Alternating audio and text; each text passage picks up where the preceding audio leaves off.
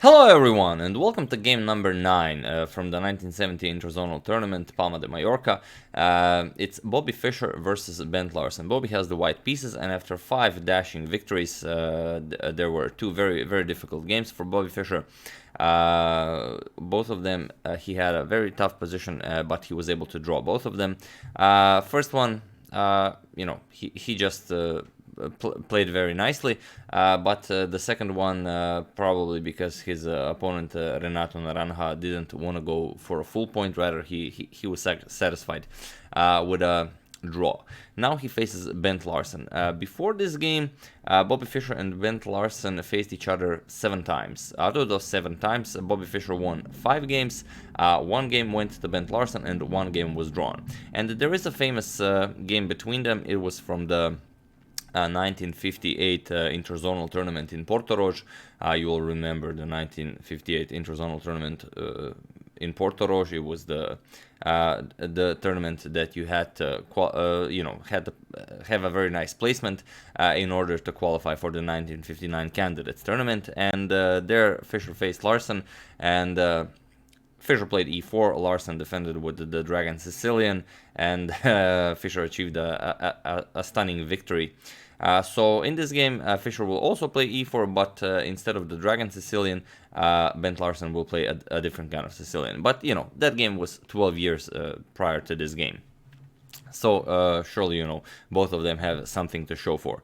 And here, before we started this game, I have a very nice photo also from 1970. And while in 1970s Bobby Fischer was taking this tournament and the entire world by storm, another chess player was slowly but surely becoming a monster, ready to someday conquer the chess Olympus. So who is the person on the right? And for some additional points, you might also know who the person on the left is. So best of luck to everyone with this photo challenge, and we do even have a photo of Fischer and Larsen from the 1970 Palma de Mallorca tournament. So here it is. There they are, checking out. I have no idea what that is. It appears to be some sort of a board, but it could also be a chess cake that looks like a board. So, could really be anything. It's very hard to tell. But there it is. Also a very nice photo from 1970. Now let's check out this game. Like we said, Fischer has the white pieces, and he opens with e4. c5, as we said, the Sicilian defense, knight f3, d6, d4, c captures on d4, knight captures on d4, and knight to f6. Knight to c3, knight to c6, bishop to c4, the Sozin variation, but Fischer played this move so often that in a lot of chess literature, if you study chess from books, the move will also be regarded as Fischer's weapon. e6 and bishop to b3. I have a book, it's My Friend Bobby Fischer by Dmitry Bielitsa, where there are a lot of chosen games by Bobby Fischer, and whenever there's a Sicilian being played, there is the Sozin variation, and there is, this is the position the game basically starts. So a lot of Fischer's games will start from this position. So before we continue, okay, bishop to e7, the Scheveningen variation on the board, bishop to e3, we have castles, queen to e2 by Fischer, a6, and now a queenside castle. Queen to c7, we have g4 now. Fischer, of course, wants to attack on the king side, knight to d7, preparing to bring the knight over to the queen side. The bishop from e7 will also help out with the defense of the king side. h4, Fischer continues his attack on the king side, and now knight to c5, attacking the very strong piece that is the light square bishop on b3, g5, and now b5. So this is a classic case of opposite castles. Larsen castled on the king side, Fischer castled on the queen side. Of course, Fischer wants to attack as soon as possible on the king side, whereas Larsen wants to attack as soon as possible on the queen side. And here you have a lot of moves to choose from. For example, depending on what kind of a player you are, you can play h5, prepare g6, you can play king b1, you can play f3, secure that e4 pawn, safety first, and then continue the game. In the game, Fischer played f3. and then the game continued as it did. But I always, when I have a position like this, I will always play g6, because that is what Mikhail Tal taught us. You always have to make your, if your opponent wants to attack you and you want to attack your opponent, you want to make the attack happen as soon as possible. Now, it's a very interesting move, and I really checked out what would happen after h captures on g6, and now, of course, h5. You want to grab every tempo available. Of course, black cannot allow white to open up the h file. That would be game over.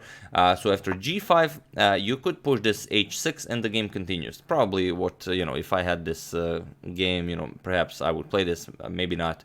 But there is also a very nice engine line that I would like to show you. Just if you will be in a similar situation, maybe you will use this simply as pattern recognition. Maybe it will help you in your own games. Bishop to d5, a beautiful move that now creates a double attack against black's knight on c6, and now black has to decide whether he will play bishop to b7, whether he will play bishop to d7, and then white will be able to continue with his attack. But if black for some reason decides to capture this bishop, then he loses the game, because knight captures on d5. Now the queen is under attack, and the queen is the only piece guarding the knight here. After the queen moves, you can simply capture. Knight captures on c6. Of course, the queen cannot recapture because of knight captures on e7. After bishop moves, then you capture, and then you continue with your attack. And whatever black does, it's game over. For example, g6, knight to f6 check, and it's all over. Queen captures on f6, now comes h7. King has to move, bishop d4 wins the queen. It's game over. So, of course, g6 does not win the game here, but it's something Tal would surely play, and it's something that, as I know that he would play it, I would also play this in my games, as I like where the game goes to. But here Fischer would rather play f3, secure the position, and only then figure out what to do. Bishop to d7, now the knight on c6 is guarded, so the same idea will not apply anymore. Queen to g2, and now b4, attacking the knight on c3, knight c2 e2, and now comes knight captures on b3. Of course, a captures on b3, you cannot open the c file. a5, and here comes g6. Now Fischer doesn't want to prepare anymore, so now he does push g6 just to make his attack happen a little bit faster. F captures on g6, h5, now attacking, there is something to attack. Knight captures on d4, knight captures on d4, and g5. Of course, Larsen doesn't want to open up the h file. Bishop captures on g5, bishop captures on g5 with check, queen captures on g5, and now h6, attacking Fischer's queen. Queen to g4, and now comes rook to f7. Rook a to g1 by Fischer, and now comes a4. B captures on a4, and now comes e5. And now this is pretty much the critical moment in the game. Fischer doesn't really have all that much to do here. He has to play knight to f4, and after bishop captures, pawn captures, rook captures. I mean, it's a better position for black. Fischer would really struggle to hold on in this position. So instead, after this e5 move, Fischer decided to play knight to e6, but this brings him a whole other set of problems. Here, queen to c4 was played. Now, of course, the knight is under attack, but also the queen could come to a2. Here, Fischer blocks b3, and he gives up his extra piece. Not his extra piece, but now Larsen will have the extra piece. Queen captures on e6, queen captures, and bishop captures. So Fischer is down a piece, but it's not all that simple. He is up a pawn, and if he could somehow eliminate the b pawn, then he would have 3 connected pawns on the queen side, and of those 3, 2 would be passed pawns. So it's not like completely simple to cash this in. Rook captures on d6, so Fischer now grabs another pawn. We have rook to e8, and now rook to b6. Fischer goes for the b5 pawn. Rook captures on f3, rook captures on b4, and now comes rook to c8, attacking the backward c2 pawn. King to b2, as bishop or rook captures on b3 was a threat. We have rook to f2 now, attacking the c2 pawn, and rook to c1, defending now. And although Fischer is still down a piece, he has 3 connected pass pawns on the queen side. Not an easy task to stop. Bishop to f7. We have a5 now, and now instead of capturing on h5 immediately, there's always time for that. First, rook to a8, not allowing Fischer to push the pass pawn any further. Rook to b5, defending the pawn, and only now bishop captures on h5. Rook captures on e5, Fischer grabs yet another pawn, and now comes bishop to e2. Rook to c5, we have h5, and now Larsen starts pushing his own pass pawn. E5, and now comes bishop to f3. King to f3, now Fischer wants to improve the position of his king to start pushing those pawns. H4, we have king to d3, and now rook to e2. Rook to f1, we have rook to d8 check, king to c3, and now bishop to e4. Of course, the threat is rook captures on c2 with check. King b4, now the rook is guarding it, and now, while Larsen could capture the c2 pawn, there's no immediate reason to do this. I mean, you can always do this. So instead, rook to b8 check first, king moves, and only now h3, not even considering capturing the c2 pawn. We have e6 by Fischer, bishop to c2, capturing a pawn now, b4, we have rook to e3 check, king to b2, and bishop to d3 now, attacking the rook on f1.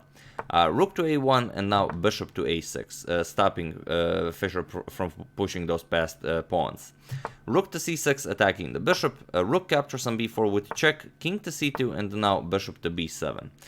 Rook has to move, we have rook to c3, rook to e2 check, king d1, and here rook to g2 was played, and it was in this position that Bobby Fischer, for the first time in this tournament in round 9, resigned the game. So yeah, first loss for Bobby Fischer, and a second victory so far in their encounters for Bent Larsen. A wonderful game for Bent Larsen, and after 2 draws, now Fischer loses the game. So this really puts a nice halt to his winning streak. So it will definitely be nice to see how Fischer will recover from this. This is, as I said, a very nice game, a very nice revenge by Bent Larsen in the Sicilian, as I did mention that 1958 victory by Bobby Fischer. I will put a link to that game in the description below if you just want to check it out. But this will be officially the last game Bent Larsen ever wins against Bobby Fischer, as you all know how their encounter in the candidates went, those very nice 6 games. If you don't, we'll get to that part, don't worry.